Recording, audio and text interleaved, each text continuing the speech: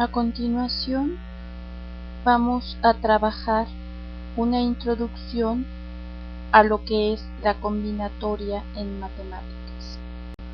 De lo que se trata este tema es de contar en grande y de hacerlo de una manera sistemática. Por ejemplo, ¿te has puesto a pensar de cuántas formas distintas pudieron formarse tus grupos escolares o tus grupos de trabajo?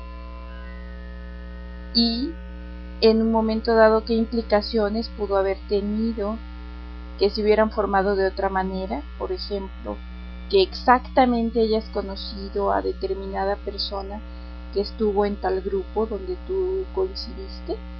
Si nunca has pensado en ello, te sorprenderá saber que hay miles o a veces millones o billones de formas distintas de combinaciones que pudieran existir y que esto finalmente se acaba convirtiendo en las opciones que tenemos en nuestra vida.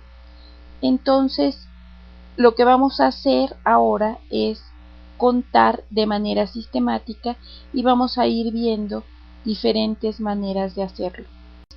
Otra de las situaciones cotidianas en las que puede haber muchas opciones es en los juegos de azar, ya sea la lotería o el melate en México.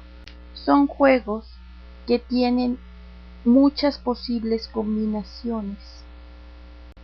También las letras y números que conforman las placas de los coches, o los números telefónicos o números de celular de un país o de una ciudad, pueden llegar a ser cantidades muy grandes. Lo que vamos a tratar aquí es la introducción a una parte de las matemáticas que se encarga de la sistematización de cómo contar los problemas antes mencionados. Aquí vamos a ver una parte de ellos y en otras presentaciones se irán viendo los otros.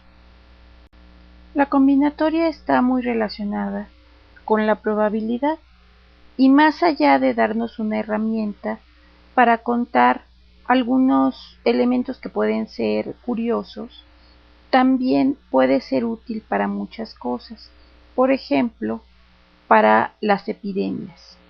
Así como se pueden conocer distintas maneras de conformar grupos, también la combinatoria puede ayudar a estimar a partir de cierto número de infectados de cierta enfermedad y el nivel de contagio, puede ayudar a calcular el número de contagiados que pudiera llegar a haber en una población. Todo lo que veremos de combinatoria está basado en dos principios básicos, los cuales son el principio aditivo y el principio multiplicativo, que a continuación veremos. De hecho, los principios básicos de conteo los utilizamos constantemente. El principio multiplicativo se utiliza cuando hay dos o más clases de opciones, las cuales se pueden combinar entre sí, y justamente estas clases se pueden combinar una de ellas con todas las opciones de las demás, y entonces es aquí donde se utiliza el principio multiplicativo. A continuación veremos un ejemplo para que quede más claro. Por ejemplo, si se quiere elegir un menú y se sabe que hay 4 opciones de sopa, 2 opciones de platillos intermedios y 3 de guisados, y se quiere saber cuántos menús diferentes se pueden formar a partir de esto, pues entonces lo que hay que hacer es cada una de las opciones de sopa hay que combinarla con cada una de las opciones de platillo intermedio y con cada una de las opciones de guisados. A continuación se muestra parte de un árbol en el que se construyen todas estas opciones. Como se puede ver, pues al principio se elige cualquiera de las 4 sopas.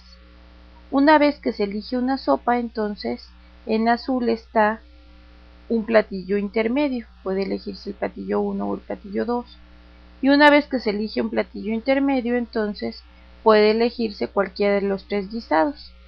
Y aquí se ve que entonces cada opción de sopa lleva 2 ramas de platillos intermedios y cada opción de platillos intermedios 3 ramas de guisados.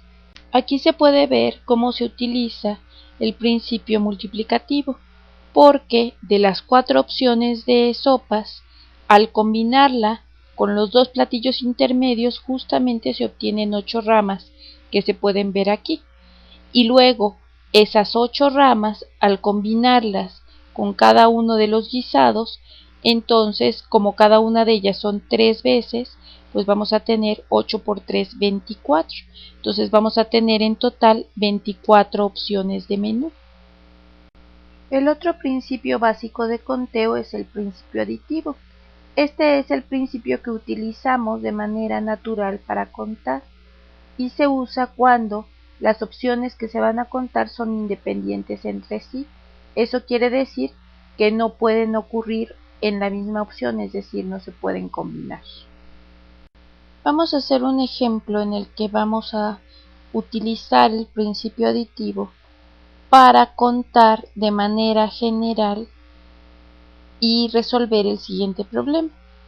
Hay un grupo de 6 personas, 3 hombres y 3 mujeres, y se quiere saber cuántos equipos que tengan exactamente 2 personas del mismo género se pueden formar.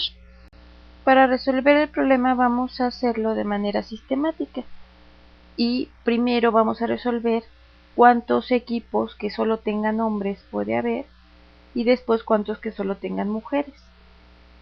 Es más fácil si ponemos un nombre a cada quien, entonces en este caso a los hombres les vamos a llamar H1, H2 y H3 y vamos a formar de manera muy concreta los equipos de 2 hombres que se pueden tener, que en este caso pudieran ser H1 con H2, H2 con H3 o H1 con H3 y son todos los equipos posibles.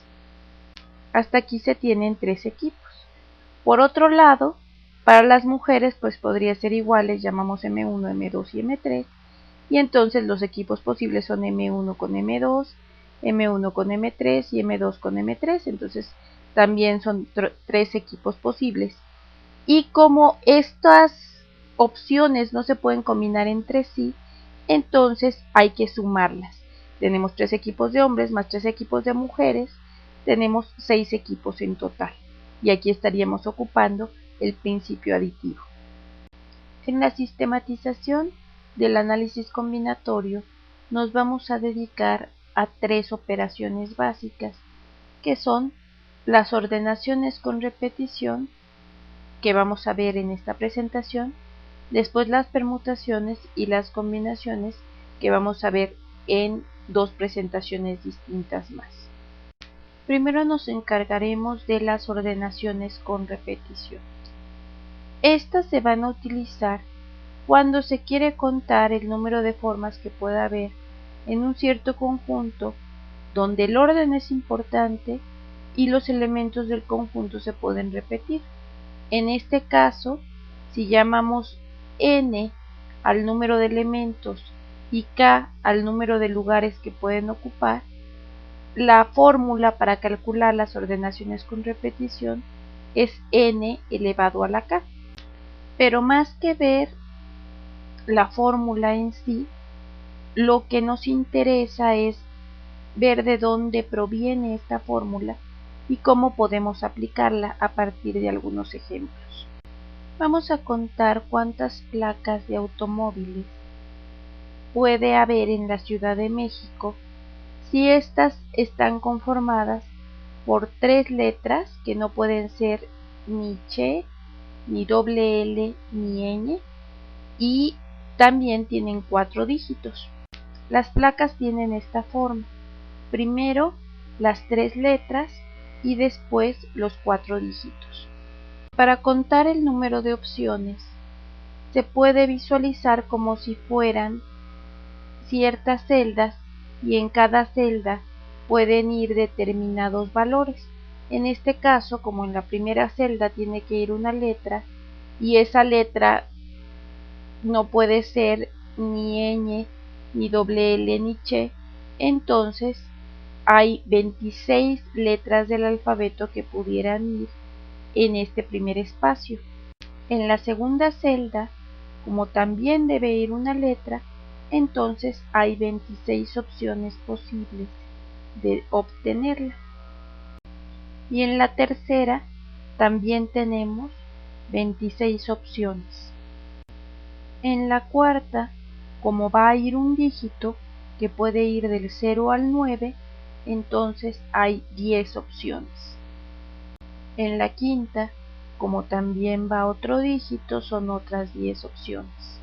Lo mismo en la sexta y en la séptima casilla, también van 10 opciones en cada una. Aquí se puede ver que se utilizará el principio multiplicativo, pues se elige una de las 26 opciones en la primera casilla, digamos la A, y para la segunda casilla, para contar todas las opciones, se va a combinar con las otras posibles 26 letras. Eso quiere decir que puede ser de la A a la Z. Y para la siguiente opción, cada una de ellas hay que combinarla con las otras 26 letras. Entonces, de ahí es de donde viene la fórmula para las ordenaciones con repetición, porque vamos a tener 26 por 26 por 26, que es 26 al cubo, multiplicado por 10 por 10 por 10 por 10, que es lo mismo que 10 a la cuarta. Si hacemos la operación, podemos ver que el resultado son 175.760.000. Estos son el número de placas que puede haber utilizando la combinación de letras y dígitos que se especificó al inicio. Vamos a hacer otro ejemplo. En este caso, vamos a contar cuántas CURPs distintas puede haber. La CURP es la clave única de registro de población que hay en México y está conformada con letras y dígitos. Aquí hay un ejemplo de una CURP y vamos a ir explicando cómo se conforma y cuáles son las reglas para poder ir contando el número de CURPs que puede existir. La CURP siempre inicia con una letra que es la primera letra del apellido paterno. En este caso también están excluidas la ñ, la doble L y la ch. Entonces hay 26 opciones. La siguiente letra es una vocal. Es la primera vocal del apellido paterno si este inició con consonante, o la segunda vocal del apellido paterno si este inicia con vocal. La siguiente parte es una letra que es la primera letra del apellido materno y también aquí hay 26 opciones. En la cuarta casilla va la primera letra del nombre. En este caso, si el primer nombre de hombre es José y hay otro nombre, no se toma en cuenta el José. Y si el primer nombre de mujer es María y hay otro nombre, tampoco se toma en cuenta el María. Y el número de opciones que hay son 26. Vamos a considerar la quinta y la sexta casilla como un solo bloque, porque ahí lo que va a ir es los últimos dos dígitos del año de nacimiento. También los siguientes 4 dígitos vamos a tomarlos como un solo bloque porque constituyen día y mes de nacimiento, y en este caso, a pesar de que las combinaciones numéricas son muchísimas, realmente son los días posibles de un año, que vamos a considerarlos como 366, tomando en cuenta que pudiera haber año bisiesto y entonces que el 29 de febrero fuera una fecha que se pudiera considerar. Entonces por eso es que se toma como 366 opciones de esas 4 casillas en conjunto. En la siguiente casilla puede ir H o M si es hombre o mujer y solo hay 2 opciones. Las siguientes dos casillas también se consideran como un bloque y corresponden a una clave alfabética dependiendo de la entidad federativa de nacimiento. En este caso solo hay 32 entidades federativas, entonces solo hay 32 opciones que corresponden a esas dos casillas. La siguiente casilla corresponde a una letra consonante. Si el apellido empezó con consonante, se toma la segunda consonante del apellido paterno. Si el apellido paterno empieza con vocal, entonces se toma la primera consonante del apellido paterno. Y hay 21 consonantes, otra vez quitando ñ, doble L y ch, entonces son 21 opciones para esta casilla. La siguiente casilla es otra consonante, pero ahora tomada del apellido materno. Si el apellido materno empieza con consonante, se toma la segunda consonante del apellido materno. Si el apellido materno empieza con vocal, entonces se toma la primera consonante del apellido materno y hay 21 opciones también. La última letra de la CURP también es una consonante, pero tomada a partir del nombre. También es primera o segunda consonante del nombre, dependiendo de si éste comienza con consonante o vocal. En este caso también hay 21 opciones. El último bloque de la CURP está conformado por dos dígitos que van numerando en caso de que todo lo demás se haya repetido en dos CURPs, van haciendo las distintas y lo que va diferenciando son los dígitos del final. En este caso, como son dos dígitos que pueden ir de 0 a 9, son 100 opciones. Para contar el número de CURPs que puede haber, vamos a utilizar el principio multiplicativo. Entonces tenemos que serían 26 al cubo por 21 al cubo por 100 al cuadrado por 366 por 5 por 2 por 32. Y esto nos da 190.637 billones 788.723 millones 200.000. Como se comentó desde el principio, esto es contar en grande. Aquí se tiene el número de opciones de CURPs que puede haber. Obviamente no es el número de habitantes que existe, pero da una idea de las posibilidades que puede abarcar, sobre todo sin repetir ni dígitos ni números. Es muy importante que la clave sea única y por eso fue conformada con tantos elementos. Una de las aplicaciones de las ordenaciones con repetición es, por ejemplo, el ver qué tan segura puede ser cierta clave informática. Es muy probable que hayas escuchado que si utilizas letras y números, la clave va a ser más segura que si solamente utilizas números. Y también si se diferencian mayúsculas y minúsculas, todavía la clave es más segura. Y ahora, pues a partir de lo que fuimos viendo, puedes visualizar por qué. Con esto concluiríamos la introducción a la combinatoria y a continuación puedes ver los videos de los temas de permutaciones y combinaciones.